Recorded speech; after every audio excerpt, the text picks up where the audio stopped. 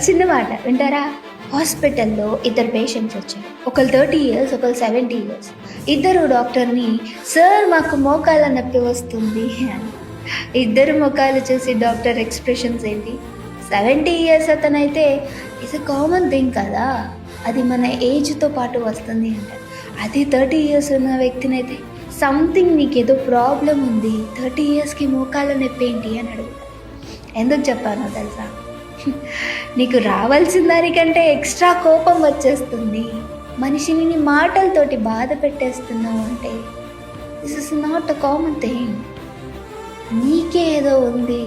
అనవసరంగా ఎదుటి వ్యక్తిని ఎందుకు మాటలతో ఇబ్బంది పెడతా? నిజంగా ఆ వ్యక్తి తప్పు చేస్తుంది అని నీకు క్లారిటీ, ఒక విజన్ వచ్చిన తర్వాత కోప్పడినా, కొట్టినా, తిట్టినా అది రీజనబుల్.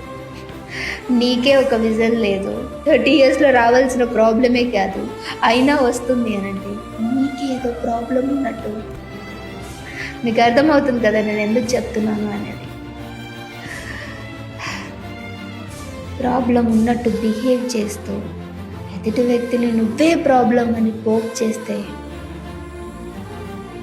It's not correct.